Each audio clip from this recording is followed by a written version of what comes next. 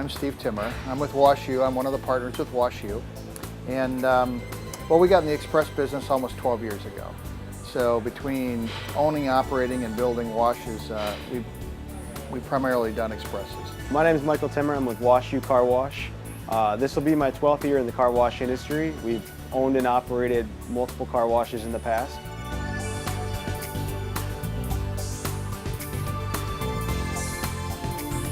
Currently, we have a new concept that we're kicking off with the WashU brand.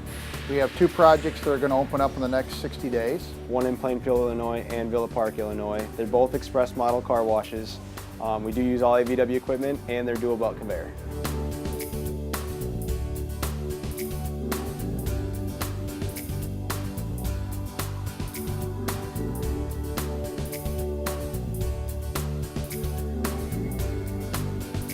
So in the past, I have a lot of experience with the traditional chain and roller conveyor and the dual belt conveyor.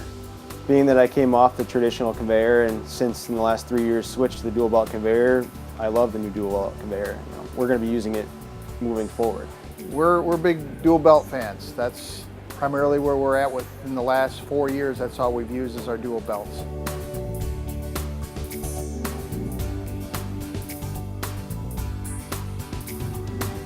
We always try to strive to be on the front edge of the industry. And with also trying to strive to stay on the front end of the industry, we want to separate ourselves from everybody else. We want to be unique. And what can we do that is unique and noticeable that a customer notices right away, but also gives them an entirely different experience when they're coming through?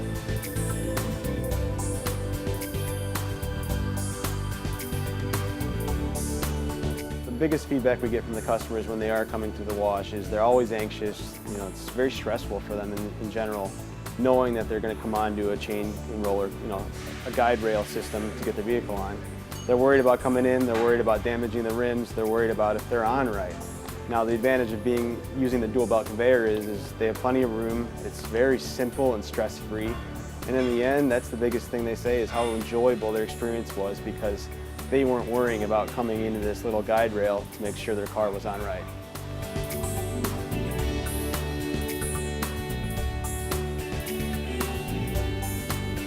So processing with the dual belt conveyor obviously is it's very simple.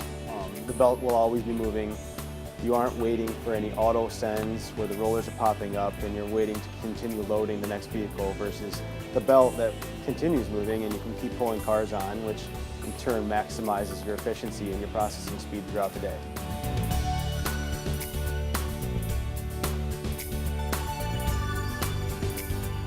Well, the newest and latest is the auto braking. And it could automatically turn your brakes or lock your brakes up when you're going through the car wash. Auto braking's a new technology amongst the auto industry that they're using in a lot of new vehicles where they're putting sensors in it to detect any impact or disturbance within the vehicle, which in turn puts that customer's vehicle in park.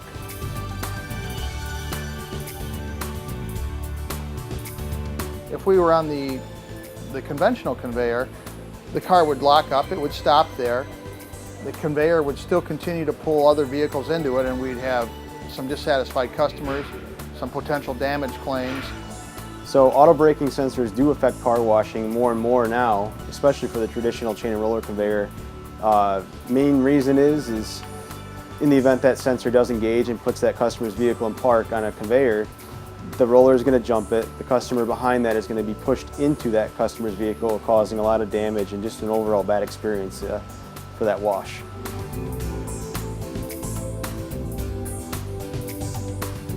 So fortunately, with the new dual belt, all that kind of goes away because we're riding through on two moving sidewalks, so to speak. It processes very smoothly. The customer is alerted in their vehicle that their automatic lock is going on and they're braking, and they have plenty of time to respond by the end. So auto braking the dual belt, there really isn't a lot of concern anymore, mainly because that customer's vehicle is on the belt and they're moving no matter what. So the wash process won't be interrupted in the event their sensors do engage and put them in park. In the end, they're going to go through the wash like they normally would and exit without any with a good experience and no damage to the vehicle.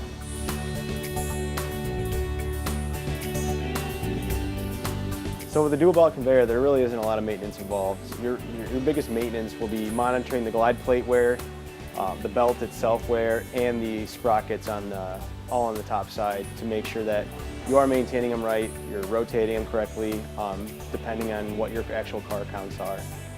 The only other maintenance thing you have on top is just greasing your bearings. So when servicing a dual belt conveyor, the access points are pretty similar to what a traditional conveyor is. It's going to be in the center of the pit. You'll have plenty of room. The only advantage is you don't have to actually get down and get muddy and dirty like you would with a chain. You'll have access to both driver and passenger side belt.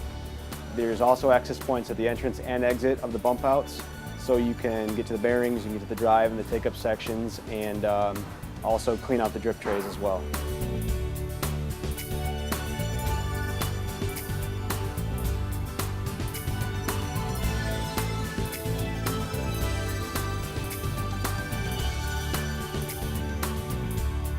So with the dual belt conveyor, you'll adjust your conveyor speed actually through a VFD, which is a variable frequency drive, which is placed inside the actual motor control center itself.